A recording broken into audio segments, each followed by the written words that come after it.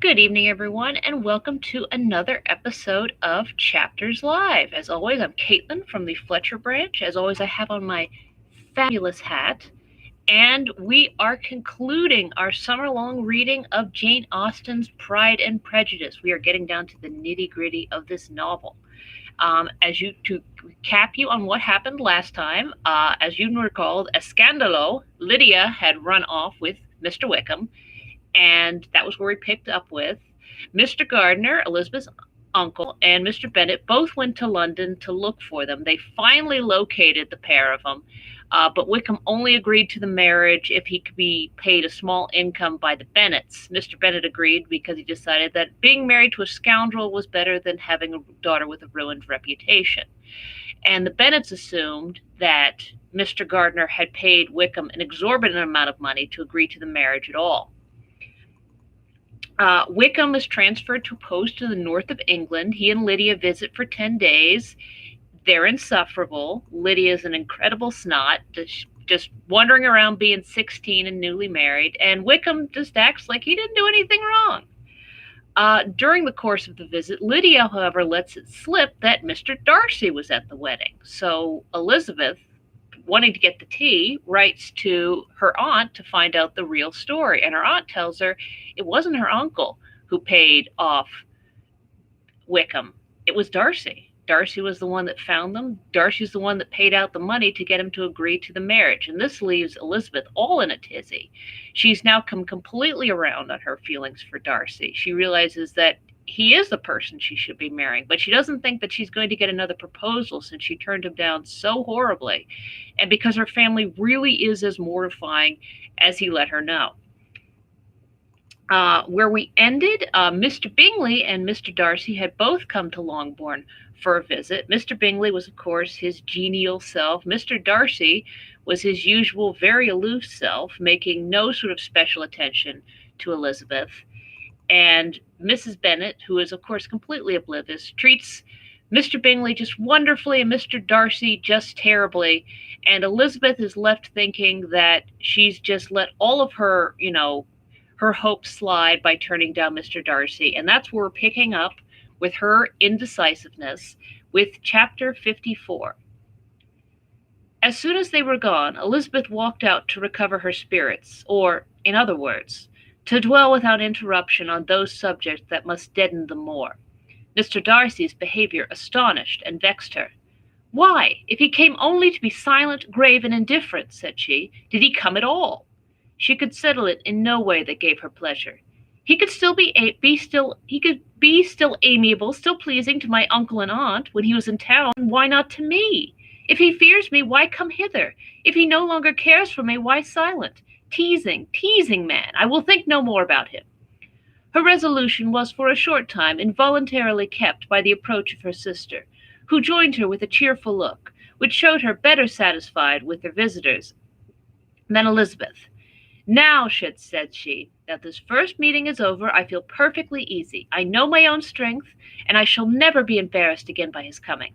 I'm glad that he dines here on Tuesday. It will then be publicly seen that, on both sides, we meet only as common and indifferent acquaintance.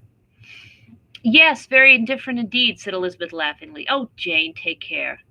My dear Lizzie, you cannot think me so weak as to be in danger now. I think you are in very great danger of making him as much in love with you as ever. They did not see the gentleman again till Tuesday, and Mrs. Bennet, in the meanwhile, was giving way to all the happy schemes which the good humour and common politeness of Bingley, in half an hour's visit, had revived. On Tuesday there was a large party assembled at Longbourn, and the two who were most anxiously expected, to the credit of their punctuality as sportsmen, were in very good time. When they repaired to the dining-room, Elizabeth eagerly watched to see whether Bingley would take the place which, in all their former parties, had belonged to him by her sister. Her prudent mother, occupied by the same ideas, forbade him to invite him to sit by herself. On entering the room, he seemed to hesitate, but Jane happened to look round, and happened to smile. It was decided. He placed himself by her. Elizabeth, with a triumphant sensation, looked toward his friend. He bore it with noble indifference, and she would have imagined that Bingley had received his sanction to be happy, Had she not seen his eyes likewise turned toward Mr. Darcy, with an expression of half-laughing alarm? His behaviour to her sister was such, during dinner-time, as showed an admiration of her, which, though more guarded than formerly, persuaded Elizabeth that, if left wholly to himself, Jane's happiness and his own would be speedily secured. Though she dared not depend upon the consequence, she yet received pleasure from observing his behaviour. It gave her all the animation that her spirits could boast, for she was in no cheerful humour. Mr. Darcy was almost as far from her as the table could divide them. He was on one side of her mother. She knew how little such a situation would give pleasure to either, or make either appear to advantage. She was not near enough to hear any of their discourse, but she could see how seldom they spoke to each other, and how formal and cold was their manner whenever they did. Her mother's ungraciousness made the sense of what they owed him more painful to Elizabeth's mind, and she would, at times, have given anything to be privileged to tell him that his kindness was neither unknown nor unfelt by the whole of the family. She was in hopes that the evening would afford some opportunity of bringing them together, that the whole of the visit would not pass away without enabling them to enter into something more of conversation than the mere ceremonious salutation attending his entrance. Anxious and uneasy, the period which passed in the drawing-room before the gentlemen came was wearisome and dull to a degree that almost made her uncivil. She looked forward to their entrance as the point on which all her chance of pleasure for the evening must depend. "If he does not come to me, then," said she, "I shall give him up forever." The gentleman came, and she thought he looked as if he would have answered her hopes, but, alas! The ladies had crowded round the table where Miss Bennet was making tea, and Elizabeth pouring out the coffee, in so close a confederacy that there was not a single vacancy near her which would admit of a chair. And on the gentleman's approaching, one of the girls moved closer to her than ever, and said in a whisper, "The men shan't come and part us, I am determined. We want none of them, do we?" Darcy had walked away to another part of the room. She followed him with her eyes, envied every one to whom he spoke, had scarcely patience enough to help anybody to coffee, and then was enraged against herself for being so silly. A man who has once been refused? How can I ever be foolish enough to expect a renewal of his love? Is there one among the sex who would not protest against such a weakness as a second proposal to the same woman? There is no indignity so abhorrent to their feelings. She was a little revived, however, by his bringing back his coffee-cup himself, and she seized the opportunity of saying, "Is your sister at Pemberley still?" "Yes, she will remain there till Christmas." "And quite alone? Have all her friends left her?" "Mrs. Ainsley is with her. The others have been gone on to Scarborough these 3 weeks." She could think of nothing more to say, but if he wished to converse with her, he might have better success. He stood by her, however, for some minutes, in silence, and at last, on the young lady's whispering to Elizabeth again, he walked away. When all the tea things were removed and the card tables placed, the ladies all rose, and Elizabeth was then hoping to be soon joined by him, when all her views were overthrown by seeing him fall a victim to her mother's rapacity for whist players, and in a few moments after seated with the rest of the party. She now lost every expectation of pleasure. They were confined for the evening at different tables, and she had nothing to hope, but that his eyes were so often turned toward her side of the room as to make him play as unsuccessfully as herself. Mrs. Bennet had designed to keep the two Netherfield gentlemen to supper, but their carriage was unluckily ordered before any of the others, and she had no opportunity of detaining them. "Well, girls," said she, as soon as they were left to themselves, "what say you to the day? I think everything has passed off uncommonly well, I assure you. The dinner was as well dressed as any I ever saw. The venison was roasted to a turn, and everybody said they never saw so fat a haunch. The soup was 50 times better than what we had at the Lucases last week, and even Mr. Darcy acknowledged that the partridges were remarkably well done, and I suppose he has 2 or 3 French cooks at least. And, my dear Jane, I never saw you look in greater beauty. Mrs. Long said so too, for I asked her whether you did not. And what do you think she said besides? 'Ah, Miss Bennet, we shall have her at Netherfield at last.' She did indeed. I do think Mrs. Long is as good a creature as ever lived, and her nieces are very pretty behaved girls, and not at all handsome. I like them prodigiously." Mrs. Bennet, in short, was in very good spirits. She had seen enough of Bingley's behaviour to Jane to be convinced that she would get him at last, and her expectations of advantage to her family, when in a happy humor, were so far beyond reason that she was quite disappointed at not seeing him there again the next day to make his proposals. "It has been a very agreeable day," said Miss Bennet to Elizabeth. "The party seems so well selected, so suitable one with the other. I hope we may often meet again." Elizabeth smiled. "Lizzie, you must not do so. You must not suspect me. It mortifies me. I assure you that I have now learnt to enjoy his conversation as an agreeable and sensible young man, without having a wish beyond it. I am perfectly satisfied, from what his manners now are, that he never had any design of engaging my affection. It is only that he is blessed with greater sweetness of address, and a stronger desire of generally pleasing than any other man." "You are very cruel," said her sister. "You will not let me smile, and are provoking me to it every moment. How hard it is in some cases to be believed, and how impossible in others! But why should you wish to persuade me that I feel more than I acknowledge?" "That is a question which I hardly know how to answer. We all love to instruct, though we can teach only what is not worth knowing. Forgive me, and if you persist in indifference, do not make me your confidant." Chapter 55. A few days after this visit, Mr. Bingley called again, and alone. His friend had left him that morning for London, but was to return home in 10 days' time. He sat with them above an hour, and was in remarkably good spirits. Mrs. Bennet invited him to dine with them, but, with many expressions of concern, he confessed himself engaged elsewhere. "Next time you call," said she, "I hope we shall be more lucky." He should be particularly happy at any time, etc., etc., and if she would give him leave, would take an early opportunity of waiting on them. "Can you come tomorrow?" Yes, he had no engagement at all for tomorrow, and her invitation was accepted with alacrity. He came, and in such very good time that the ladies were none of them dressed. In ran Mrs. Bennet to her daughter's room in her dressing gown, and with her hair half finished, crying out, "My dear Jane, make haste and hurry down. He has come, Mr. Bingley has come, he is indeed. Make haste, make haste. Here, Sarah, come to Miss Bennet this moment, and help her on with her gown. Never mind Miss Lizzie's hair." "We will be down as soon as we can," said Jane, "but I dare say Kitty is forwarder than either of us, for she went upstairs half an hour ago." "Oh, hang Kitty! What has she to do with it? Come, be quick, be quick. Where is your sash, my dear?" But when her mother was gone, Jane would not be prevailed on to go down without one of her sisters. The same anxiety to get them by themselves was visible again in the evening. After tea, Mr. Bennet retired to the library, as was his custom, and Mary went upstairs to her instrument. 2 obstacles of the 5 being thus removed, Mrs. Bennet sat looking and winking at Elizabeth and Catherine for a considerable time, without making any impression on them. Elizabeth would not observe her, and when at last Kitty did, she very innocently said, "What is the matter, mamma? What do you keep winking at me for? What am I to do?" "Nothing, child, nothing. I did not wink at you."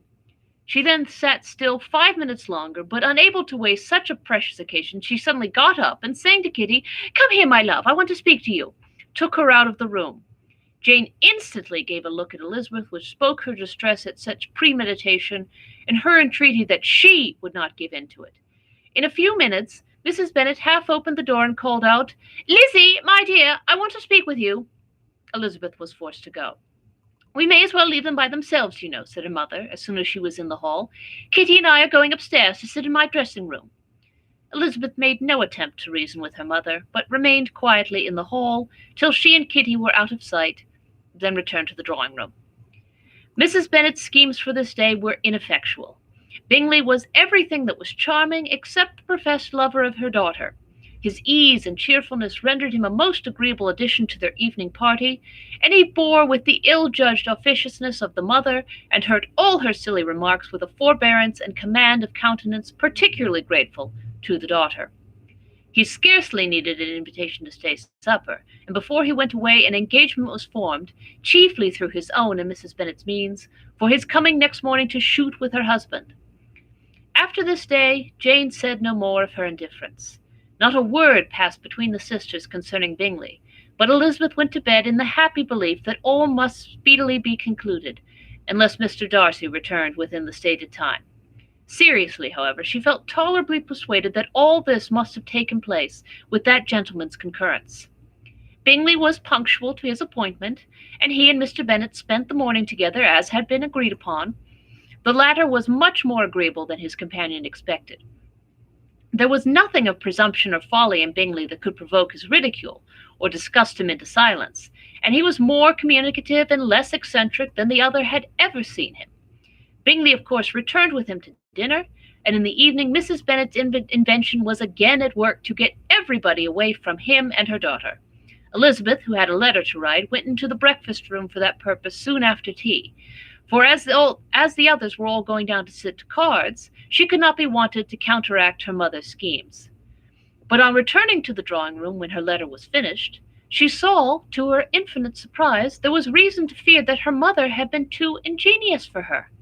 On opening the door, she perceived her sister and Bingley standing together over the hearth, as if engaged in earnest conversation, and had this led to no suspicion, the faces of both, as they hastily turned round and moved away from each other, would have told it all. Their situation was awkward enough, but hers, she thought, was still worse.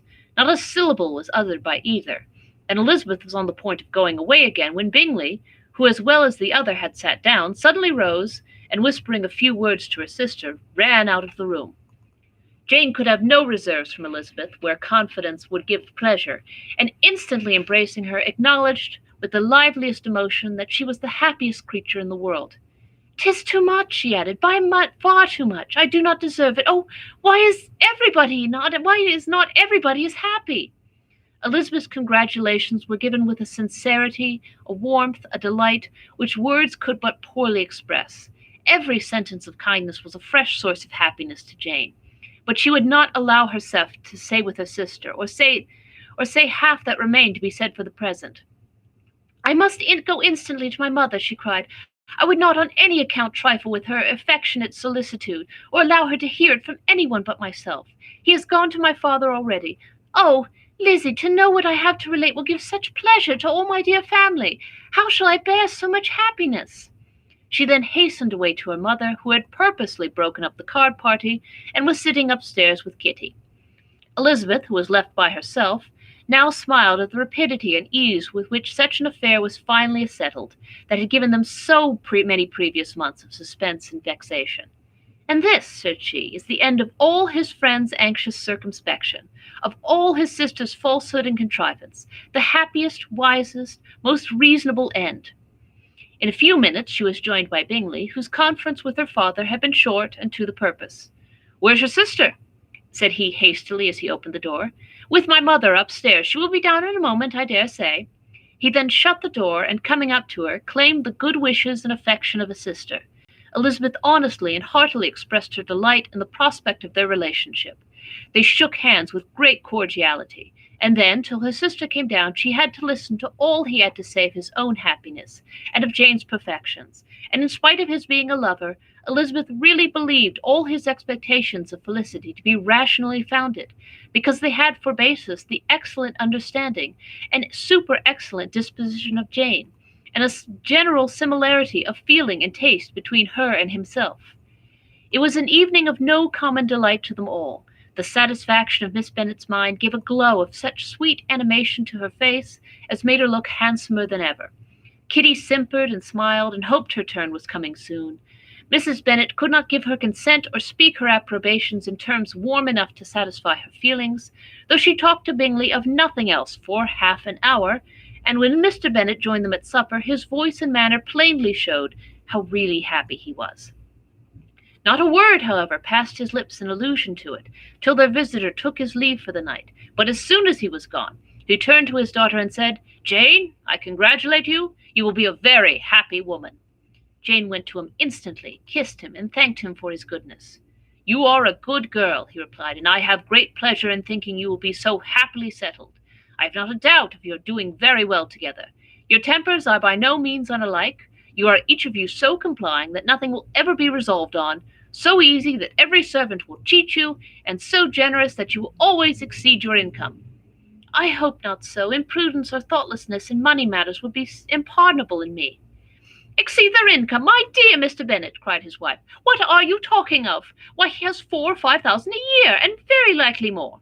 Then addressing her daughter, "Oh, my dear, dear Jane, I am so very happy. I'm sure I shan't get a wink of sleep all night. I knew how it would be. I always said it must be so at last. I was sure you could not be so beautiful for nothing. I remember as soon as I saw him when he first came into Hertfordshire last year, I thought how likely it was that you should have come together. Oh, he is the handsomest young man that ever was seen." Wickham, Lydia, all were forgotten. Jane was beyond competition her favourite child. At that moment she cared for no other. Her younger sisters soon began to make interest with her for objects of happiness which she might in future be able to dispense. Mary petitioned for the use of the library at Netherfield, and Kitty begged very hard for a few balls there every winter. Bingley, from this time, was of course a daily visitor at Longbourn, coming frequently before breakfast, and always remaining till after supper, unless when some barbarous neighbour, who could not be enough detested, had given him an invitation to dinner, which he thought himself obliged to accept. Elizabeth had now but little time for conversation with her sister, for while he was present, Jane had no attention to bestow on any one else, but she found herself considerably useful to both of them in those hours of separation which must sometimes occur. In the absence of Jane, he always attached himself to Elizabeth, for the pleasure of talking of her, and when Bingley was gone, Jane constantly sought the same means of relief. "He has made me so happy," said she one evening, "by telling me that he was totally ignorant of my being in town last spring. I had not believed it possible." "I suspected as much," replied Elizabeth, "but how did he account for it?" "It must have been his sister's doing. They were certainly no friends to his acquaintance with me, which I cannot wonder at, since he might have chosen so much more advantageously in many respects. But when they see, as I trust they will, that their brother is happy with me, they will learn to be contented, and we shall be on good terms again, though we can never be what we once were to each other." "That is the most unforgiving speech," said Elizabeth, "that I ever heard you utter. Good girl! It would vex me indeed to see you again the dupe of Miss Bingley's pretended regard. Would you believe it, Lizzie, that when he went to town last November he really loved me, and nothing but a persuasion of my being indifferent would have prevented his coming down again? He made a little mistake, to be sure, but it is to the credit of his modesty." This naturally introduced a panegyric from Jane on his diffidence, and the little value he put on his own good qualities. Elizabeth was pleased to find that he had not betrayed the interference of his friend, for, though Jane had the most generous and forgiving heart in the world, she knew it was a circumstance which must prejudice her against him. "I am certainly the most fortunate creature that ever existed," cried Jane. "Oh, Lizzie, why am I thus singled from my family and blessed above them all? If I could but see you as happy! If there were but such another man for you! If you were to give me 40 such men, I never could be so happy as you. Till I have your disposition, your goodness, I never can have your happiness. No, no, let me shift for myself, and perhaps, if I have very good luck, I may meet with another Mr. Collins in time." The situation of affairs in the Longbourn family could not be long a secret. Mrs. Bennet was privileged to whisper it to Mrs. Phillips, and she ventured, without any permission, to do the same by all her neighbours in Meryton. The Bennets were speedily pronounced to be the luckiest family in the world, though only a few weeks before, when Lydia had first run away, they had generally proved to be marked out for misfortune. Chapter 56. One morning, about a week after Bingley's engagement with Jane had been formed, as he and the females of the family were sitting together in the dining-room, their attention was suddenly drawn to the window by the sound of a carriage, and they perceived a chaise and four driving up the lawn. It was too early in the morning for visitors, and besides, the equipage did not answer to that of any of their neighbours. The horses were post, and neither the carriage nor the livery of the servant who preceded it were familiar to them. As it was certain, however, that somebody was coming, Bingley instantly prevailed on Miss Bennet to avoid the confinement of such an intrusion, and walk away with him into the shrubbery. They both set off, and the conjectures of the remaining three continued, though with little satisfaction, till the door was thrown open, and the visitor entered. It was Lady Catherine de Bourgh. They were, of course, all intending to be surprised, but their astonishment was beyond their expectation, and on the part of Mrs. Bennet and Kitty, though she was perfectly unknown to them, even inferior to what Elizabeth felt. She entered the room with an air more than usually ungracious, made no other reply to Elizabeth's salutation than a slight inclination of the head, and sat down without saying a word. Elizabeth had mentioned her name to her mother on her ladyship's entrance, though no request of introduction had been made. Mrs. Bennet, all amazement, though flattered by having a guest of such high importance, received her with the utmost politeness. After sitting for a moment in silence, she said very stiffly to Elizabeth, "I hope you are well, Miss Bennet. That lady, I suppose, is your mother." Elizabeth replied very concisely that she was.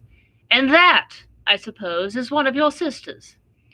"Yes, madam," said Mrs. Bennet, delighted to speak to Lady Catherine. "She is my youngest but one. My youngest of all is lately married. My eldest is somewhere about the grounds, walking up with a young man who, I believe, will soon become a part of the family." "You have a very small park here," returned Lady Catherine after a short silence. "It is nothing in comparison of Rosings, my lady, I dare say, but I assure you it is much larger than Sir William Lucas's. This must be a most inconvenient sitting-room for this evening. In summer, the windows are full west." Mrs. Bennet assured her that they never sat there after dinner, and then added, "May I take the liberty of asking your ladyship whether you left Mr. and Mrs. Collins well?" "Yes, very well. I saw them the night before last." Elizabeth now expected that she would produce a letter for her from Charlotte, as it seemed the only probable motive for her calling, but no letter appeared, and she was completely puzzled. Mrs. Bennet, with great civility, begged her ladyship to take some refreshment, but Lady Catherine very resolutely, and not very politely, declined eating anything, and then rising up, said to Elizabeth, Miss Bennet, there seems to be a prettyish kind of a little wilderness on one side of your lawn. I should be glad to take a turn in it if you will favour me with your company." "Go on, my dear," cried her mother, "and show her ladyship about the different walks. I think she will be pleased with the hermitage." Elizabeth obeyed, and running into her own room for a parasol, attended her noble guest downstairs. As they passed through the hall, Lady Catherine opened the doors into the dining parlour and drawing-room, and pronouncing them, after a short survey, to be decent-looking rooms, walked on. Her carriage remained at the door, and Elizabeth saw that her waiting-woman was in it. They proceeded in silence along the gravel walk that led to the copse. Elizabeth was determined to make no effort for conversation with a woman who was now more than usually insolent and disagreeable. "How could I ever think her like her nephew?" said she, as she looked in her face. As soon as they entered the copse, Lady Catherine began in the following manner. "You can be at no loss, Miss Bennet, to understand the reason of my journey hither. Your own heart, your own conscience must tell you why I come." Elizabeth looked with unaffected astonishment. "Indeed, you are mistaken, madam. I have not been at all able to account for the honour of seeing you here." "Miss Bennet," replied her ladyship in an angry tone, "you ought to know that I am not to be trifled with. But however insincere you may choose to be, you shall not find me so.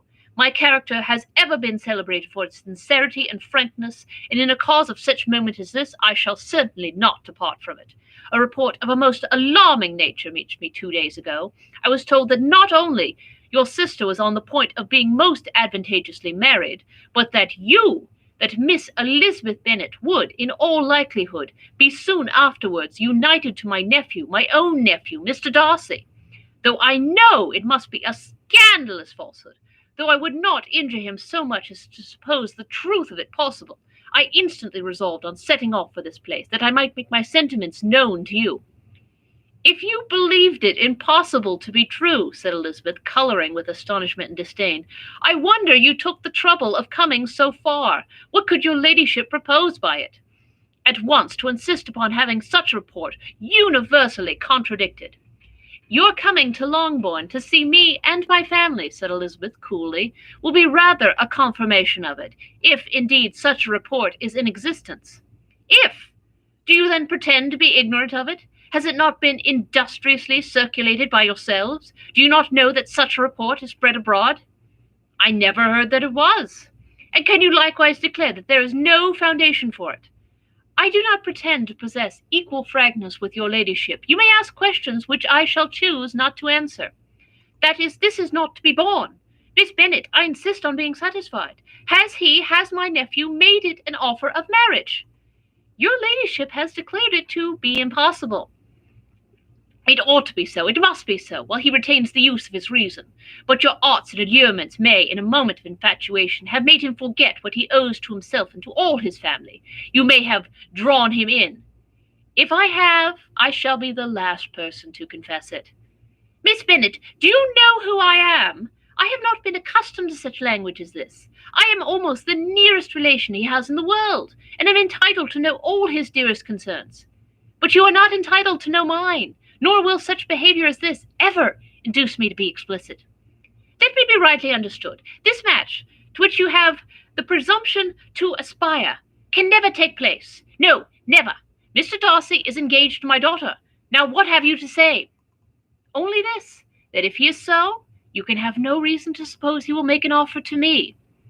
Lady Catherine hesitated for a moment, and then replied, The engagement between them is of a peculiar kind. From their infancy they have been intended for each other. It was the favourite wish of his mother, as well as of hers. While in the cradles we planned the union, and now at the moment when the wishes of both sisters would be accomplished in their marriage, to be prevented by a young woman of an inferior birth, of no importance in the world, and wholly unallied to the family. Do you pay no regard to the wishes of his friends, to his tacit engagement with Miss de Bourgh? Are you lost to every feeling of propriety and delicacy? Have you not heard me say that from his earliest hours he was destined for his cousin?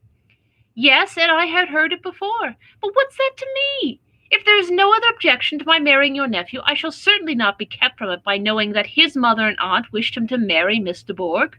You both did as much as you could in planning the marriage. Its completion depended on others. If Mr. Darcy is neither by honour nor inclination confined to his cousin, why is not he to make another choice? And if I am that choice, why may not I accept him? Because honour, decorum, prudence, nay, interest forbid it. Yes, Miss Bennet, interest. For do not expect to be noticed by his family or friends. If you wilfully act against the inclinations of all, you will be censured, slighted, and despised by everyone connected with him. Your alliance will be a disgrace. Your name will never even be mentioned by any of us. These are heavy misfortunes, replied Elizabeth.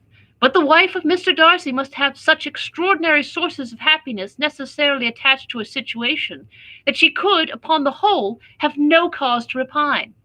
Obstinate, headstrong girl, I'm ashamed of you. Is this your gratitude for my attentions to you last spring? Is nothing due to me on that score? Let us sit down. You ought to understand, Miss Bennet, that I came here with the determined resolution of carrying my purpose, nor will I be dissuaded from it. I have not been used to submit to any person's whims. I have not been in the habit of brooking disappointment. That will make your ladyship's situation at present more pitiable, but it will have no effect on me. I will not be interrupted. Hear me in silence. My daughter and my nephew are formed for each other. They are descended on the maternal side from the same noble line, and on the father's from respectable, honourable, and ancient, though untitled, families. Their fortune on both sides is splendid. They are destined for each other by the voice of every member of their respected houses, and what is to divide them? The upstart pretensions of a young woman without family, connections, or fortune. Is this to be endured? But it must not, shall not be. If you were sensible of your own good, you would not wish to quit the sphere in which you have been brought up. In marrying your nephew, I should not consider myself as quitting that sphere. He is a gentleman, I am a gentleman's daughter. So far, we are equal. True, you are a gentleman's daughter. But who is your mother? Who are your uncles and aunts? Do not imagine me ignorant of their condition. Whatever my connections may be, said Elizabeth, if your nephew does not object to them, they can be nothing to you. Tell me once for all, are you engaged to him? Though Elizabeth would not, for the mere purpose of obliging Lady Catherine, have answered this question, she could not but say, after a moment's deliberation, I am not. Lady Catherine seemed pleased. And will you promise me never to enter into such an engagement? I will make no promise of the kind. Miss Bennet, I am shocked and astonished. I expected to find a more reasonable young woman. But do not deceive yourself into a belief that I will ever recede. I shall not go away till you have given me the assurance I require. And I certainly never shall give it. I am not to be intimidated into anything so wholly unreasonable. Your ladyship wants Mr. Darcy to marry your daughter, but would my giving you the wished-for promise make their marriage at all more probable? Supposing him to be attached to me, would my refusing to accept his hand make him wish to bestow it on his cousin? Allow me to say, Lady Catherine, that the arguments with which you have supported this extraordinary application has been as frivolous as the application was ill-judged. You have widely mistaken my character if you think I can be worked on by such persuasions as these. How far your nephew might approve of your interference in his affairs, I cannot tell, but you have certainly no right to concern yourself in mine. I must beg, therefore, to be importuned no further on the subject. Not so hasty, if you please. I have by no means done. To all the objections I have already urged, I have still another to add. I am no stranger to the particulars of your youngest sister's infamous elopement. I know it all, that the young man's marrying her was a patched-up business, at the expense of your father and uncles. And is such a girl to be my nephew's sister? Is her husband, is the son of his late father's steward, to be his brother? Heaven and earth! Of what are you thinking? Are the shades of Pemberley to be thus polluted? You can now have nothing further to say, she resentfully answered. You have insulted me in every possible method. I must beg to return to the house. And she rose as she spoke. Lady Catherine rose also, and they turned back. Her ladyship was highly incensed. You have no regard, then, for the honour and credit of my nephew. Unfeeling, selfish girl. Do you not consider that a connection with you must disgrace him in the eyes of everybody? Lady Catherine, I have nothing further to say. You know my sentiments. You are then resolved to have him. I have said no such thing. I am only resolved to act in that manner which will, in my own opinion, constitute my happiness, without reference to you or to any person so wholly unconnected with me. It is well. You refuse, then, to oblige me. You refuse to obey the claims of duty, honor, and gratitude. You are determined to ruin him in the opinion of all his friends, and make him the contempt of the world. Neither duty, nor honor, nor gratitude, replied Elizabeth, have any possible claim on me in the present instance. No principle of either would be violated by my marriage with Mr. Darcy, and with regard to the resentment of his family or the indignation of the world, if the former were excited by his marrying me, it would not give me one moment's concern, and the world in general would have too much sense to join in the scorn. And this is your real opinion. This is your final resolve. Very well. I shall now know how to act. Do not imagine, Miss Bennet, that your ambition will ever be gratified. I came to try you. I hope to find you reasonable, but depend on it, I will carry my point. In this manner, Lady Catherine talked on, till they were at the door of the carriage, when, turning hastily round, she added, I take no leave of you, Miss Bennet. I send no compliments to your mother. You deserve no such attention. I am most seriously displeased. Elizabeth made no answer, and without attempting to persuade her ladyship to return into the house, walked quietly into it herself. She heard the carriage drive away as she proceeded upstairs. Her mother impatiently met her at the door of the dressing-room, to ask why Lady Catherine would not come in again and rest herself. She did not choose it, said her daughter. She would go. She's a very fine-looking woman, and her calling here was prodigiously civil, for she only came, I suppose, to tell us the Collinses were well. She's on her road somewhere, I dare say, and so, passing through Meryton, though she might as well call on you, I suppose she had nothing particular to say to you, Lizzie. Elizabeth was forced to give in to a little falsehood here, for to acknowledge the substance of their conversation was impossible. Chapter 57.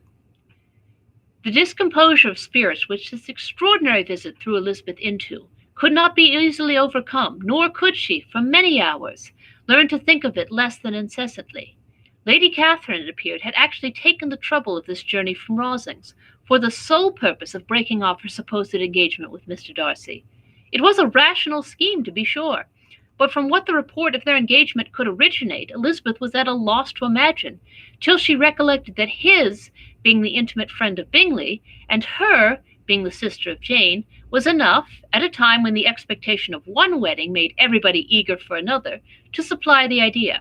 She had not herself forgotten to feel that the marriage of her sister must bring them more frequently together, and her neighbours at Lucas Lodge, therefore, for through their communication with the Collinses, the report, she concluded, had reached Lady Catherine, had only set that down as almost certain and immediate, which she had looked forward to as possible at some future time.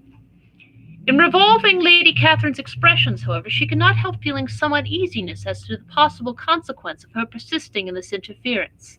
From what she had said of her resolution to prevent their marriage, it occurred to Elizabeth that she must meditate an application to her nephew, and how he might take a similar representation of the evils attached to a connection with her, she dared not pronounce. She knew not the exact degree of his affection for his aunt, or his dependence on her judgment, but it was natural to suppose that he thought much higher of her ladyship than she could do, and it was certain that, in enumerating the miseries of a marriage with one, whose immediate connections were so unequal to his own, his aunt would address him on his weakest side. With his notions of dignity, he would probably feel the arguments, which to Elizabeth had appeared weak and ridiculous, contained much good sense and solid reasoning. If he had been wavering before as to what he should do, which had often seemed likely, the advice and entreaty of so near a relation might settle every doubt, and determine him at once to be as happy as dignity unblemished could make him. In that case he would return no more. Lady Catherine might see him in her way through town, and his engagement to Bingley of coming again to Netherfield must give way. If, therefore, an excuse for not keeping his promise should come to his friend within a few days, she added, I shall know how to understand it. I shall then give over every expectation, every wish of his constancy. If he is satisfied with only regretting me, when he might have obtained my affections in hand, I shall soon cease to regard him at all. The surprise of the rest of the family, on hearing who their visitor had been, was very great, but they obligingly satisfied it with the same kind of supposition which had appeased Mrs. Bennet's curiosity, and Elizabeth was spared from much teasing on the subject. The next morning, as she was going downstairs, she was met by her father, who came out of his library with a letter in his hand. Lizzie, said he, I was going to look for you. Come into my room. She followed him thither, and her curiosity to know what he had to tell her was heightened by the supposition of its being in some manner connected with the letter he held. It suddenly struck her that it might be from Lady Catherine, and she anticipated with dismay all the consequent explanations. She followed her father to the fireplace, and they both sat down. He then said, I have received a letter this morning that has astonished me exceedingly. As it principally concerns yourself, you ought to know its contents. I did not know before that I had 2 daughters on the brink of matrimony. Let me congratulate you on a very important conquest. The color now rushed into Elizabeth's cheeks in the instantaneous conviction of its being a letter from the nephew, instead of the aunt, and she was undetermined whether to most be pleased that he explained himself at all, or offended that his letter was not rather addressed to herself, and her father continued, You look conscious. Young ladies have great penetration in such matters as these, but I think I may defy even your sagacity to discover the name of your admirer. This letter is from Mr. Collins. From Mr. Collins? And what can he have to say? Something very much to the purpose, of course. He begins with congratulations on the approaching nuptials my eldest daughter, of which, it seems, he has been told by some of the good-natured, gossiping Lucases. I shall not sport with your impatience by reading what he says on that point. What relates to yourself is as followed. Having thus offered you the sincere congratulations of Mrs. Collins and myself on this happy event, let me now add a short hint on the subject of another, of which we had been advertised by the same authority. Your daughter Elizabeth, it is presumed, will not long bear the name of Bennet, after her eldest sister has resigned it, and the chosen partner of her fate may be reasonably looked up as one of the most illustrious personages in this land. Can you possibly guess, Lizzie, who is meant by this? This young gentleman is blessed in a peculiar way with everything the heart of mortal can most desire, splendid property, noble kindred, and extensive patronage. Yet in spite of all these temptations, let me warn my cousin Elizabeth and yourself of what evils you may incur by a precipitate closure with this gentleman's proposals, which, of course, you will be inclined to take immediate advantage of. Have you any idea, Lizzie, who this gentleman is? But now it comes out. My motive for cautioning you is as follows. We have reason to imagine that his aunt, Lady Catherine de Bourgh, does not look on the match with a friendly eye. Mr. Darcy, you see, is the man. Now, Lizzie, I think I have surprised you. Could he or the Lucases have pitched on any man within the circle of our acquaintance, whose name would have given the lie more effectually than what they related? Mr. Darcy, who never looks at any woman but to see a blemish, and who probably never looked at you in his life. It is admirable. Elizabeth tried to join in her father's pleasantry, but could only force one most reluctant smile. Never had his wit been directed in a manner so little agreeable to her. Are you not diverted? Oh, yes. Pray, read on. After mentioning the likelihood of this marriage to her ladyship last night, she immediately, with her usual condescension, expressed what she felt on the occasion when it became apparent that on the score of some family objections on the part of my cousin, she would never give her consent to what she termed so disgraceful a match. I thought my duty to give the speediest intelligence of this to my cousin, that she and her noble admirer may be aware of what they are about, and not run hastily into a marriage which has not been properly sanctioned. Mr. Collins moreover adds, I am truly rejoiced that my cousin Lydia's sad business has been so well hushed up, and am only concerned that their living together before the marriage took place should be so generally known. I must not, however, neglect the duties of my station, or refrain from declaring my amazement at hearing that you received the young couple into your house as soon as they were married. It was an encouragement of vice, and had I been the rector of Longbourn, I should very strenuously have opposed it. You ought certainly to forgive them as a Christian, but never to admit them in your sight, or allow their names to be mentioned in your hearing. That is his notion of Christian forgiveness. The rest of his letter is only about his dear Charlotte situation, and his expectation of a young olive branch. But, Lizzie, you look as if you did not enjoy it. You're not going to be mishish, I hope, and pretend to be affronted at an idle report. For what do we live but to make sport for our neighbours, and laugh at them in our turn? Oh, cried Elizabeth, I'm excessively diverted, but it is so strange. Yes, that is what makes it amusing. Had they fixed on any other man, it would have been nothing, but his perfect indifference and your pointed dislike make it so delightfully absurd. Much as I abominate writing, I would not give up Mr. Collins's correspondence for any consideration. Nay, when I read a letter of his, I cannot help giving him the preference over even Wickham, as much as I value the impudence and hypocrisy of my son-in-law. And pray, Lizzie, what said Lady Catherine about this report? Did she call to refuse her consent? To this question his daughter replied only with a laugh, and as it had been asked without the least suspicion, she was not distressed by his repeating it. Elizabeth had not been more at a loss to make her feelings appear what they were not. It was necessary to laugh when she would rather have cried. Her father had most cruelly mortified her by what he had said of Mr. Darcy's indifference, and she could do nothing but wonder at such a want of penetration, or fear that perhaps, instead of his seeing too little, she might have fancied too much. Chapter 58. Instead of receiving any such letter of excuse from his friend, as Elizabeth half expected Mr. Bingley to do, he was able to bring Darcy with him to Longbourn before many days had passed after Lady Catherine's visit. The gentleman arrived early, and before Mrs. Bennet had time to tell him of their having seen his aunt, of which her daughter sat in momentary dread, Bingley, who wanted to be alone with Jane, proposed their all walking out. It was agreed to. Mrs. Bennet was not in the habit of walking, Mary could never spare time, but the remaining 5 set off together. Bingley and Jane, however, soon allowed the others to outstrip them.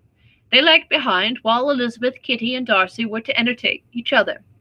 Very little was said by either. Kitty was too much afraid of him to talk, Elizabeth was secretly forming a desperate resolution, and perhaps he might be doing the same. They walked toward the Lucases, because Kitty wished to call upon Maria, and as Elizabeth saw no occasion for making it a general concern, when Elizabeth left them, she boldly went on with him alone. Now was the moment for her resolution to be executed, and, while her courage was high, she immediately said, Mr. Darcy, I'm a very selfish creature, and for the sake of giving relief to my own feelings, care not how much I may be wounding yours. I can no longer help thanking you for your unexampled kindness to my poor sister. Ever since I have known it, I have been most anxious to acknowledge to you how gratefully I feel it. Were it known to the rest of my family, I should not have merely my own gratitude to express. I am sorry, exceedingly sorry, replied Darcy in a tone of surprise and emotion, that you have ever been informed of what may, in a mistaken light, have given you uneasiness. I did not think Mrs. Gardiner was so little to be trusted. You must not blame my aunt. Lydia's thoughtlessness first betrayed to me that you had been concerned in the matter, and, of course, I could not rest till I knew the particulars. Let me thank you again and again, in the name of all my family, for that generous compassion which induced you to take so much trouble, and bear so many mortifications for the sake of discovering them. If you will thank me, he replied, let it be for yourself alone, that the wish of giving happiness to you might add force to the other inducements which led me on. I shall not attempt to deny, but your family owe me nothing. As much as I respect them, I believe I thought only of you. Elizabeth was too much embarrassed to say a word. After a short pause, her companion added, You are too generous to trifle with me. If your feelings are still what they were last April, tell me so at once. My affections and wishes are unchanged, but one word from you will silence me on this subject forever. Elizabeth, feeling all the more than common awkwardness and anxiety of his situation, now forced herself to speak, and immediately, though not very fluently, gave him to understand that her sentiments had undergone so material a change, since the period to which he alluded, as to make her receive with gratitude and pleasure his present assurances. The happiness which this reply produced was such as he had probably never felt before, and he expressed himself on the occasion as sensibly and as warmly as a man violently in love can be supposed to do. Had Elizabeth been able to encounter his eye, she might have seen how well the expression of heartfelt delight diffused over his face became him, but though she could not look, she could listen, and he told her of feelings which, in proving of what importance she was to him, made his affection every moment more valuable. They walked on, without knowing in what direction. There was too much to be thought, and felt, and said for attention to any other objects. She soon learnt that they were indebted for their present good understanding to the efforts of his aunt, who did call on him in her return through London, and there relate her journey to Longbourn, its motive, and the substance of her conversation with Elizabeth, dwelling emphatically on every expression of the latter, which, in her ladyship's apprehension, peculiarly denoted her perverseness and assurance, in the belief that such a relation must assist her endeavours to obtain that promise from her nephew which she had refused to give. But unluckily for her ladyship, its effect had been exactly contrariwise. "It taught me to hope," said he, "that as I had scarcely ever allowed myself to hope before.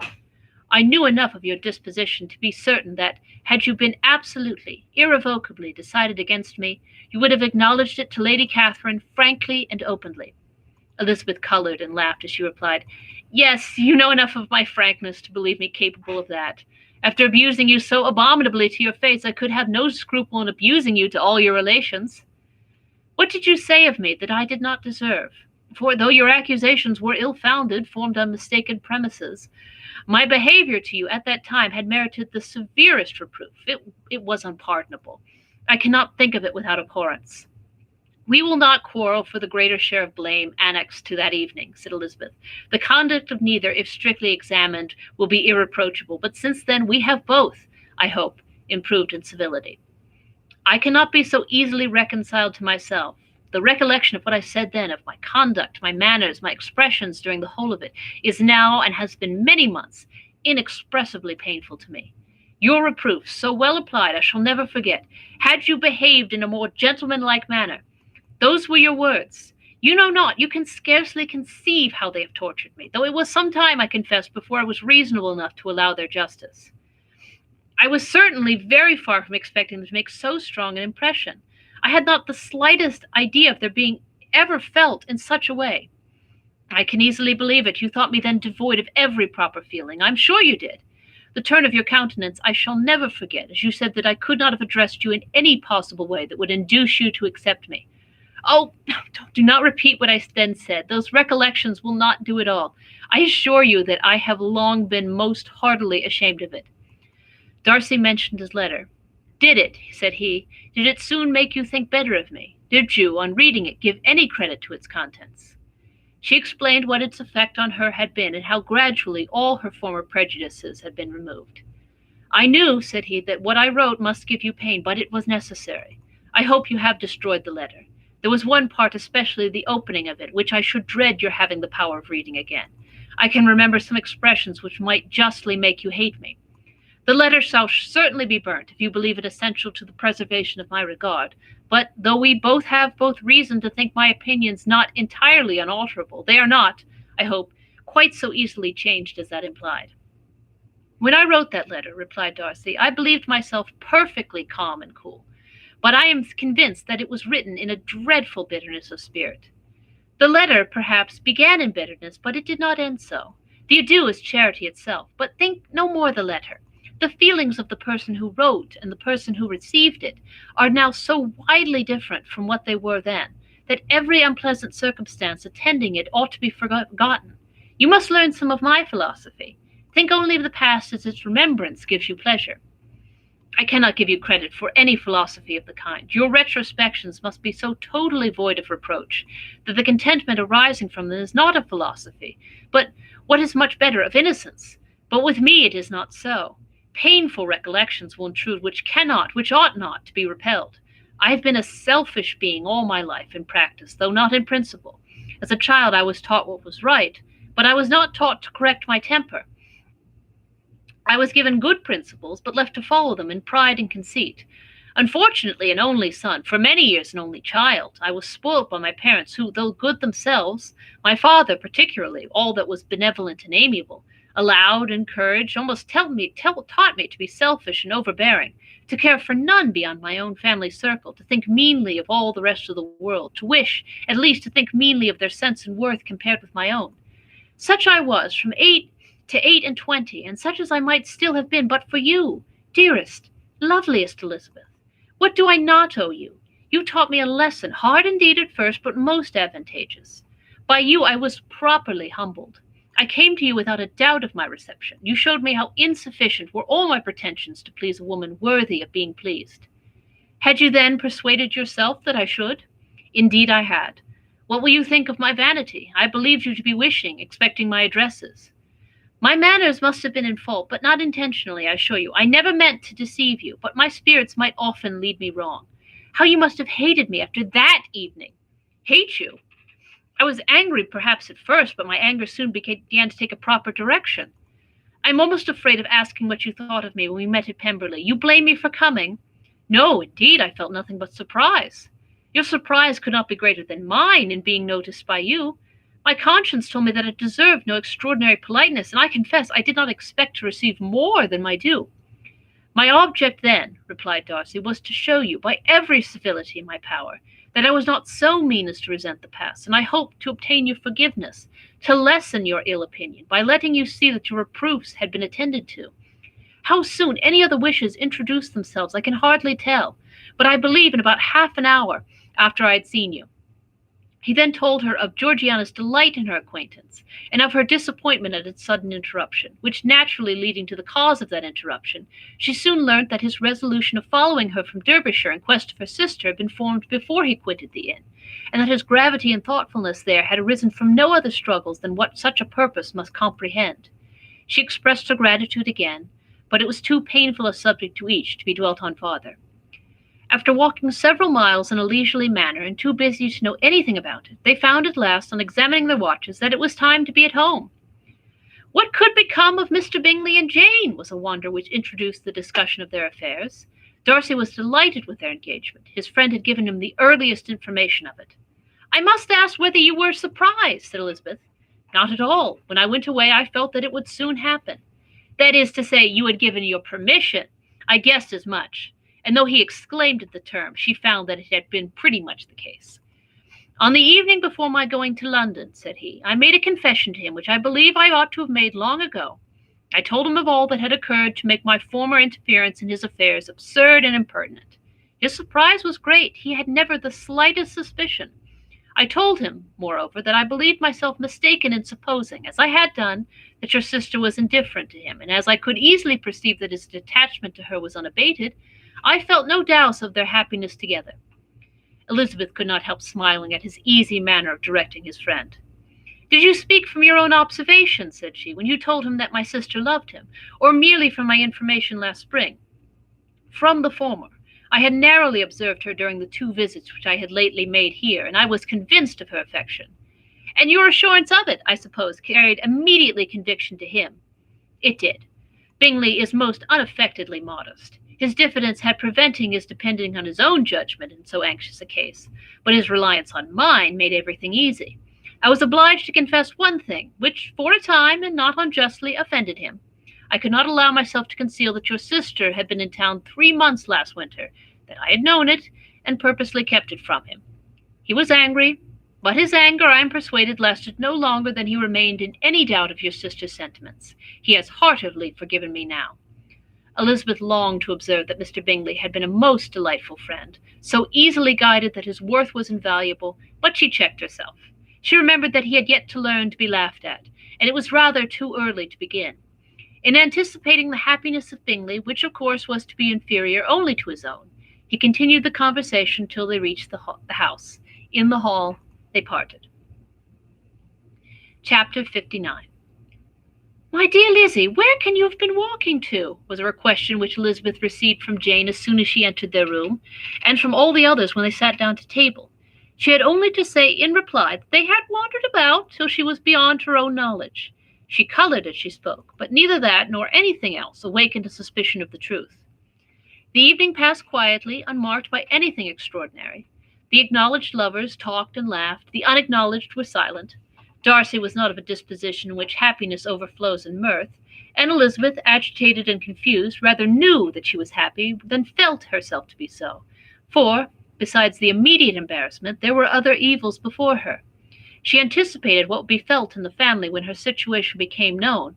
She was aware that no one liked him but Jane, and even feared that with the others it was a dislike which not all his fortune and consequence might do away. At night she opened her heart to Jane. Though suspicion was very far from Miss Bennet's general habits, she was absolutely incredulous here. "You are joking, Lizzie. This cannot be. Engaged to Mr. Darcy? No, no, you shall not deceive me. I know it to be impossible." "This is a wretched beginning indeed. My sole dependence was on you, and I am sure no one else will believe me if you do not." "Yes, indeed, I am in earnest. I speak nothing but the truth. He still loves me, and we are engaged." Jane looked at her doubtingly. "Oh, Lizzie, it cannot be. I know how much you dislike him." "You know nothing of the matter. That is all to be forgot. Perhaps I did not always love him so well as I do now, but in such cases as these a good memory is unpardonable. This is the last time I shall ever remember it myself." Miss Bennet still looked at her and looked all amazement. Elizabeth again, and more seriously, assured her of its truth. "Good heaven, can it really be so? Yet now I must believe you," cried Jane. "My dear, dear Lizzie, I do congratulate you, but are you certain? Forgive the question, are you quite certain that you can be happy with him?" "There can be no doubt of that. It is settled between us already that we are to be the happiest couple in the world. But are you pleased, Jane? Shall you like to have such a brother?" "Very, very much. Nothing could give either Bingley or myself more delight. But we considered it, we talked of it as impossible. And do you really love him quite well enough?" "Oh, Lizzie, do anything rather than marry without affection. Are you quite sure that you feel what you ought to do?" "Oh, yes. You only think I feel more than I ought to do when I tell you all." "What do you mean?" "Why, I must confess that I love him better than I do Bingley. I am afraid you will be angry." "My dear sister, now be serious. I want to talk very seriously. Let me know everything that I am to know, without delay. Will you tell me how long you have loved him?" "It has been coming on so gradually that I hardly know when it began. But I believe I must state it from my first seeing his beautiful grounds at Pemberley." Another entreaty that she would be serious, however, produced the desired effect, and she soon satisfied Jane by her solemn assurances of attachment. When convinced on that article, Miss Bennet had nothing further to wish.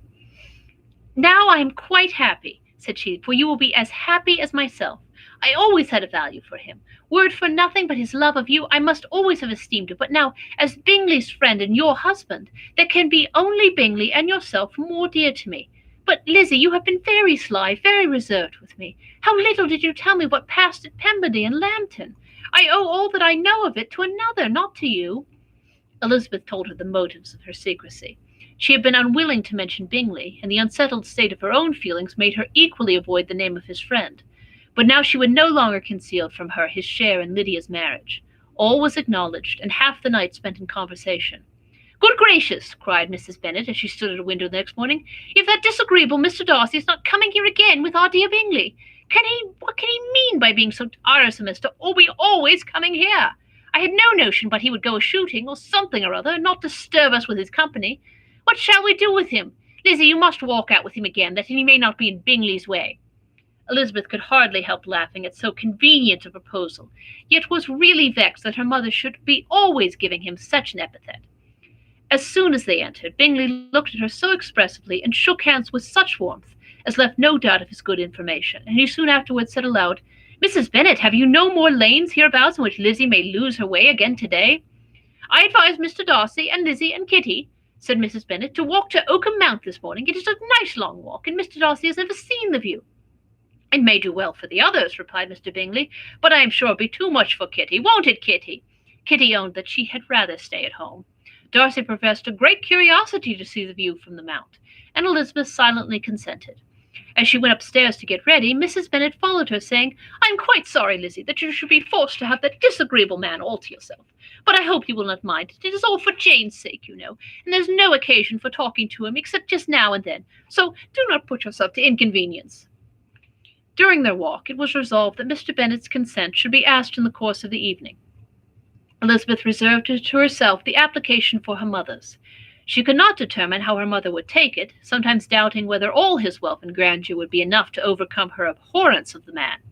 But whether she were violently set against the match, or violently delighted with it, it was certain that her manner would be equally ill adapted to do credit to her sense, and she could no more bear that Mr. Darcy should hear the first raptures of her joy than the first vehemence of her disapprobation. In the evening, soon after Mr. Bennet withdrew to the library, she saw Mr. Darcy rise also and follow him, and her agitation on seeing it was extreme. She did not fear her father's opposition, but he was going to be made unhappy, and that should be through her means, that she, his favourite child, should be distressing him by her choice, should be filling him with fears and regrets in disposing of her, was a wretched reflection, and she sat in misery till Mr. Darcy appeared again, when, looking at him, she was a little relieved by his smile. In a few minutes he approached the table where she was sitting with Kitty, and while pretending to admire her work, said in a whisper, "Go to your father. He wants you in the library." She was gone directly. Her father was walking about the room, looking grave and anxious. "Lizzie," said he, "what are you doing? Are you out of your senses to be accepting this man? Have you not always hated him?" How earnestly did she then wish that her former opinions had been more reasonable, her expressions more moderate. It would have spared her from explanations and professions, of which it was exceedingly awkward to give, but they were now necessary, and she assured him with some confusion of her attachment to Mr. Darcy. "Or, in other words, you are determined to have him.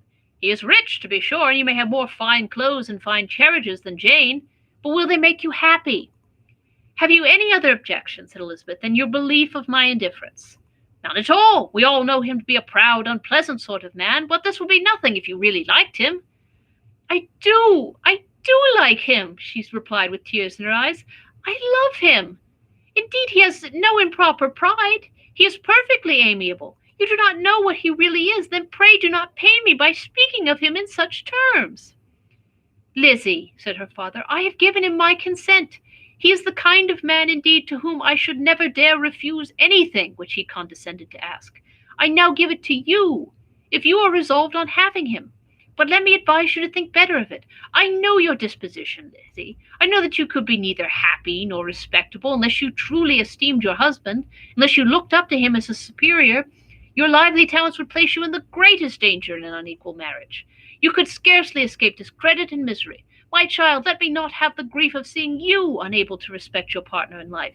You know not what you are about." Elizabeth, still more affected, was earnest and solemn in her reply, and at length, by repeated assurances that Mr. Darcy was really the object of her choice, by explaining the gradual change which her estimation of him had undergone, relating her absolute certainty that his affection was not the work of a day, but had stood the test of many months' suspense, and enumerating with energy all his good qualities, she did conquer her father's incredulity and reconcile him to the match. "Well, my dear," said he, when she had ceased speaking, "I have no more to say. If this be the case, he deserves you. I could not have parted with you, my Lizzie, to any one less worthy." To complete the favourable impression, she then told him what Mr. Darcy had voluntarily done for Lydia. He heard her with astonishment. "This is an evening of wonders, indeed. And so Darcy did everything, made up the match, gave the money, paid the fellow's debts, and got him his commission. So much the better. It will save me a world of trouble and economy. Had it been your uncle's doing, I must and would have paid him. But these violent young lovers carry everything their own way. I shall offer to pay him tomorrow. He will rant and storm about his love for you, and there will be an end of the matter." He then recollected her embarrassment a few days before on his reading Mr. Collins's letter, and after laughing at her some time, allowed her at last to go, saying, as she quitted the room, "If any young men come for Mary or Kitty, send them in, for I am quite at leisure." Elizabeth's mind was now relieved from a very heavy weight, and, after half an hour's quiet reflection in her own room, she was able to join the others with tolerable composure. Everything was too recent for gaiety, but the evening passed tranquilly away. There was no longer anything material to be dreaded, and the comfort of ease and familiarity would come in time. When her mother went up to her dressing room at night, she followed her and made the important communication. Its effect was most extraordinary, for on first hearing it, Mrs. Bennet sat quite still and unable to utter a syllable. Nor was it under many many minutes that she could comprehend what she heard, though not in general backward to credit for what was for the advantage of her family, or that it came in the shape of a lover to any of them. She began, at length, to recover, to fidget about in her chair, to get up, sit down again, wander, and bless herself. Good gracious! Lord bless me! Only think, dear me, Mr. Darcy, who would have thought it? And is it really true, oh, my sweetest Lizzie, how rich and how great you will be? What pin money, what jewels, what carriages you will have. Jane's is nothing to it, nothing at all. I'm so pleased, so happy, such a charming man, so handsome, so tall. Oh, my dear Lizzie, pray apologize for my having disliked him so much before. I hope he will overlook it. Dear, dear Lizzie, our house in town, everything that is charming, 3 daughters married, 10,000 a year. Oh, Lord, what will become of me? I shall go distracted. This was enough to prove that her approbation need not be doubted, and Elizabeth, rejoicing that such an effusion was heard only by herself, soon went away. But before she had been 3 minutes in her own room, her mother followed her. My dearest child, she cried, I can think of nothing else. 10,000 a year, and very likely more. 'Tis good as a lord, and a special license. You must and shall be married by a special license. But, my dearest love, tell me what dish Mr. Darcy is particularly fond of, that I may have it tomorrow. This was a sad omen of what her mother's behavior to the gentleman himself might be, and Elizabeth found that, though in the certain possession of his warmest affection, and secure of her relations' consent, there was still something to be wished for. But the morrow passed off much better than she expected, for Mrs. Bennet luckily stood in such awe of her intended son-in-law that she ventured not to speak to him, unless it was in her power to offer him any attention or mark her deference for his opinion. Elizabeth had the satisfaction of seeing her father taking pains to get acquainted with him, and Mr. Bennet soon assured her that he was rising every hour in his esteem. I admire all 3 of my son-in-laws highly, said he. Wickham, perhaps, is my favourite, but I think I shall like your husband quite as well as Jane's. Chapter 60. Elizabeth's spirits soon rising to playfulness again, she wanted Mr. Darcy to account for his having ever fallen in love with her. How could you begin? Said she. I can comprehend your going on charmingly when you had once made a beginning, but what could set you off in the first place? I cannot fix on the hour, or the spot, or the look, or the words which laid the foundation. It is too long ago. I was in the middle before I knew that I had begun. My beauty you had early withstood, and as for my manners, my behavior to you was at least always bordering on the uncivil, and I never spoke to you without rather wishing to give you pain than not. Now, to be sincere, did you admire me for my impertinence? For the liveliness of your mind, I did. You may as well call it impertinence at once. It was very little less. The fact is that you were sick of civility, of deference, of officious attention. You were disgusted with the women who were always speaking and looking and thinking for your approbation alone. I roused and interested you because I was so unlike them. Had you not been really amiable, you would have hated me for it. But in spite of the pains you took to disguise yourself, your feelings were always noble and just, and in your heart you thoroughly despised the persons who so assiduously courted you. There, I've saved you the trouble of accounting for it, and really, all things considered, I begin to think it perfectly reasonable. To be sure, you knew no actual good of me, but nobody thinks of that when they fall in love. Was there no good in your affectionate behavior to Jane while she was ill at Netherfield? Dearest Jane, who could have done less for her? But make a virtue of it by all means. My good qualities are under your protection, and you are to exaggerate them as much as possible, and in return it belongs to me to find occasions for teasing and quarreling with you, as often as may be, and I shall begin directly by telling you what made you so unwilling to come to the point at last. What made you so shy of me when you first called and afterwards dined here? What especially, when you called, did you look for as if you did not care about me? Because you were grave and silent and gave me no encouragement. But I was embarrassed, and so was I. You might have talked to me more when you came to dinner. A man who had felt less might. How unlucky that you should have a reasonable answer to give, and that I should be so reasonable as to admit it. But I wonder how long you would have gone on if you had been left to yourself. I wonder when you would have spoken if I had not asked you. My resolution of thanking you for your kindness to Lydia had certainly great effect. Too much, I am afraid, for what becomes of the moral if our comfort springs from a breach of promise. For I ought not to have mentioned the subject. This will never do. You need not distress yourself. The moral will be perfectly fair. Lady Catherine's unjustifiable endeavours to separate us were the means of removing all my doubts. I am not indebted for my present happiness to your eager desire of expressing your gratitude. I was not in a humour to wait for any opening of yours. My aunt's intelligence had given me hope, and I was determined at once to know everything. Lady Catherine has been of infinite use, which ought to make her happy, for she loves to be of use. But tell me, what did you come down to Netherfield for? Was it merely to ride to Longbourn and be embarrassed, or had you intended any more serious consequence? My real purpose was to see you, and to judge, if I could, whether I might ever hope to make you love me. My avowed one, or what I avowed to myself, was to see whether your sister were still partial to Bingley, and if she were, to make the confession to him which I have since made. Shall you ever have courage to announce to Lady Catherine what is to befall her? I am more likely to want more time than courage, Elizabeth, but it ought to be done, and if you will give me a sheet of paper, it shall be done directly. And if I had not a letter to write myself, I might sit by you and admire the evenness of your writing, as another young lady once did. But I have an aunt, too, who must not longer be neglected. From an unwillingness to confess how much her intimacy with Mr. Darcy had been overrated, Elizabeth had never yet answered Mrs. Gardiner's long letter, but now, having that to communicate which she knew would be most welcome, she was almost ashamed to find that her uncle and aunt had already lost 3 days of happiness, and immediately wrote as follows. I would have thanked you before, my dear aunt, as I ought to have done, for your long, kind, satisfactory detail of particulars, but to say the truth, I was too cross to write. You supposed more than really existed, but now suppose as much as you choose. Give a loose rein to your fancy. Indulge your imagination in every possible flight which the subject will afford, and unless you believe me actually married, you cannot greatly err. You must write again, really very soon, and praise him a great deal more than you did in your last. I thank you again and again for not going to the lakes. How could I be so silly as to wish it? Your idea of the ponies is delightful. We will go round the park every day. I am the happiest creature in the world. Perhaps other people have said so before, but not one with such justice.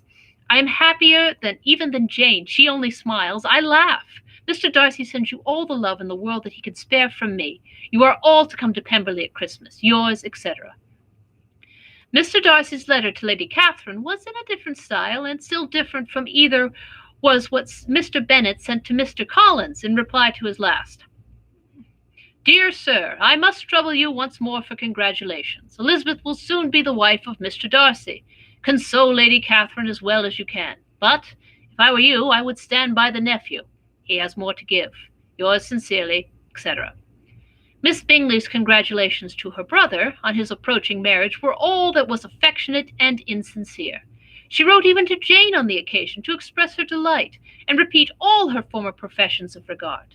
Jane was not deceived, but she was affected, and though feeling no reliance on her, could not help writing her a much kinder answer than she knew was deserved. The joy which Miss Darcy expressed on receiving similar informations was as sincere as her brother's in sending it. 4 sides of paper were insufficient to contain all her delight, and all her earnest desire of being loved by her sister. Before any answer could arrive from Mr. Collins, or any congratulations to Elizabeth from his wife, the Longbourn family heard that the Collinses were to come themselves to Lady Lucas Lodge. The reason of this sudden removal was soon evident. Lady Catherine had been rendered so exceedingly angry by the contents of her nephew's letter that Charlotte, really rejoicing in the match, was anxious to get away till the storm was blown over. At such a moment, the arrival of her friend was a sincere pleasure to Elizabeth, though in the course of their meeting she must sometimes think the pleasure dearly bought, when she saw Mr. Darcy exposed to all the parading and obsequious civility of her husband. He bore it, however, with admirable calmness. He could even listen to Sir William Lucas, when he complimented him on carrying away the brightest jewel of the country, and expressed his hopes of their all meetings frequently at St. James, with very decent composure.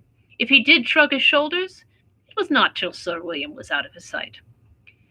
Mrs. Phillips's vulgarity was another, and perhaps a greater, tax on his forbearance, and though Mrs. Phillips, as well as her sister, stood in too much awe of him to speak with the familiarity which Bingley's good humour encouraged, yet, whenever she did speak, she must be vulgar.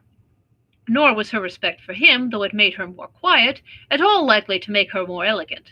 Elizabeth did all she could to shield him from the frequent notice of either, and was ever anxious to keep him to herself and to those of her family with whom he might converse without mortification. And though the uncomfortable feelings arising from all this took from the season of courtship much of its pleasure, it added to the hope of the future, and she looked forward with delight to the time when they should be removed from society so little pleasing to either, to all the comfort and elegance of their family party at Pemberley. Chapter 61. Happy for all her maternal feelings was the day on which Mrs. Bennet got rid of her two most deserving daughters. With what delighted pride she afterwards visited Mrs. Bingley, and talked of Mrs. Darcy, may be guessed. I wish I could say, for the sake of her family, that the accomplishment of her earnest desire in the establishment of so many of her children produced so happy an effect as to make her a sensible, amiable, well-informed woman for the rest of her life, though perhaps it was lucky for her husband, who might not have relished domestic felicity in so unusual a form, that she still was occasionally nervous and invariably silly. Mr. Bennet missed his second daughter exceedingly. His affection for her drew him oftener from home than anything else could do. He delighted in going to Pemberley, especially when he was least expected. Mr. Bingley and Jane remained at Netherfield only a twelvemonth. So near a vicinity to her mother and Meryton relations was not desirable even to his easy temper, or her affectionate heart. The darling wish of his sisters was then gratified. He bought an estate in a neighbouring county to Derbyshire, and Jane and Elizabeth, in addition to every other source of happiness, were within 30 miles of each other. Kitty, to her very material advantage, spent the chief of her time with her two elder sisters. In society so superior to what she had generally known, her improvement was great. She was not of so ungovernable a temper as Lydia, and removed from the influence of Lydia's example, she became, by proper attention and management, less irritable, less ignorant, and less insipid. From the further disadvantage of Lydia's society, she was, of course, carefully kept, and though Mrs. Wickham frequently invited her to come and stay with her, with the promise of balls and young men, her father would never consent to her going. Mary was the only daughter who remained at home, and she was necessarily drawn from the pursuit of accomplishments by Mrs. Bennet's being quite unable to sit alone. Mary was obliged to mix more with the world, but she could still moralize over every morning visit, and as she was no longer mortified by comparisons between her sister's beauty and her own, it was suspected by her father that she submitted to the change without much reluctance. As for Wickham and Lydia, their characters suffered no revolution from the marriage of their sisters. He bore with philosophy the conviction that Elizabeth must now become acquainted with whatever of his ingratitude and falsehood had before been unknown to her, and in spite of everything was not wholly without hope that Darcy might yet be prevailed on to make his fortune. The congratulatory letter which Elizabeth received from Lydia on her marriage explained to her that, by his wife at least, if not by himself, such a hope was cherished. The letter was to this effect: "My dear Lizzie, I wish you joy. If you love Mr. Darcy half as well as I do my dear Wickham, you must be very happy. It is a great comfort to have you so rich, and when you have nothing else to do, I hope you will think of us. I'm sure Wickham would like a place at court very much, and I do not think we should have quite money enough to live upon without some help. Any place will do, about 300 or 400 a year, but however, do not speak to Mr. Darcy about it, if you had rather not. Yours, etc." As it happened that Elizabeth had much rather not, she endeavored in her answer to put an end to every entreaty and expectation of the kind. Such relief, however, as it was in her power to afford, by the practice of what might be called economy in her own private expenses, she frequently sent them. It had always been evident to her that such an income as theirs, under the direction of two persons so extravagant in their wants and heedless of the future, must be very insufficient to their support, and whenever they changed their quarters, either Jane or herself were sure to be applied to for some little assistance toward discharging their bills. Their manner of living, even when the restoration of peace dismissed them to a home, was unsettled in the extreme. They were always moving from place to place in quest of a cheap situation, and always spending more than they ought. His affection for her soon sunk into indifference. Hers lasted a little longer, and in spite of her youth and her manners, she retained all the claims to reputation which her marriage had given her. Though Darcy could never receive him at Pemberley, yet, for Elizabeth's sake, he assisted him further in his profession. Lydia was occasionally a visitor there, when her husband was gone to enjoy himself in London or Bath, and with the Bingleys they both of them frequently stayed so long that even Bingley's good humour was overcome, and he proceeded so far as to talk of giving them a hint to be gone. Miss Bingley was very deeply mortified by Darcy's marriage, but as she thought it advisable to retain the right of visiting at Pemberley, she dropped all her resentment, was fonder than ever of Georgiana, almost as attentive to Darcy as heretofore, and paid off every arrear of civility to Elizabeth. Pemberley was now Georgiana's home, and the attachment of the sisters was exactly what Darcy had hoped to see. They were able to love each other even as well as they intended. Georgiana had the highest opinion in the world of Elizabeth, though at first she often listened with an astonishment bordering on alarm at her lively, sportive manner of talking to her brother. He, who had always inspired in herself a respect which almost overcame her affection, she now saw the object of open pleasantry. Her mind received knowledge which had never before fallen in her way. By Elizabeth's instruction, she began to comprehend that a woman may take liberties with her husband which a brother will not always allow in a sister more than 10 years younger than himself. Lady Catherine was extremely indignant on the marriage of her nephew, and as she gave way to all the genuine frankness of her character in her reply to the letter which announced its arrangement, she sent him language so very abusive, especially of Elizabeth, that for some time all intercourse was at an end. But at length, by Elizabeth's persuasion, he was prevailed on to overlook the offence, and seek a reconciliation, and after a little further resistance on the part of his aunt, her resentment gave way either to her affection for him, or her curiosity to see how his wife conducted herself, and she condescended to wait on them at Pemberley, in spite of that pollution which his woods had received, not merely from the presence of such a mistress, but the visits of her aunt and uncle from the city. With the Gardiners they were always on the most intimate terms. Darcy, as well as Elizabeth, really loved them, and they were both ever sensible of the warmest gratitude toward the persons who, by bringing her into Derbyshire, had been the means of uniting them. And that, my dear listeners, is the end of our summer-long read of Jane Austen's Pride and Prejudice. I do hope that you enjoyed it. It was quite a lot of fun for me. I would now like to fill you in on what our next book is going to be. We are going to move from the drawing rooms and manners of Jane Austen into the jazz age of F. Scott Fitzgerald with The Great Gatsby. That will be our next book for the month of September. And our next meeting will be on Thursday, November 2nd, which is 2 weeks from tonight at 7 p.m. right here on YouTube. So, as always, keep reading, keep listening, watch all of our past episodes, watch all of our animated ones that I first did. Keep wearing your fabulous hats. You know that I will have a fabulous cloche for our reading of Great Gatsby. Keep drinking your tea, and I will see you in 2 weeks on September the 2nd at 7 p.m. right here on YouTube. Bye.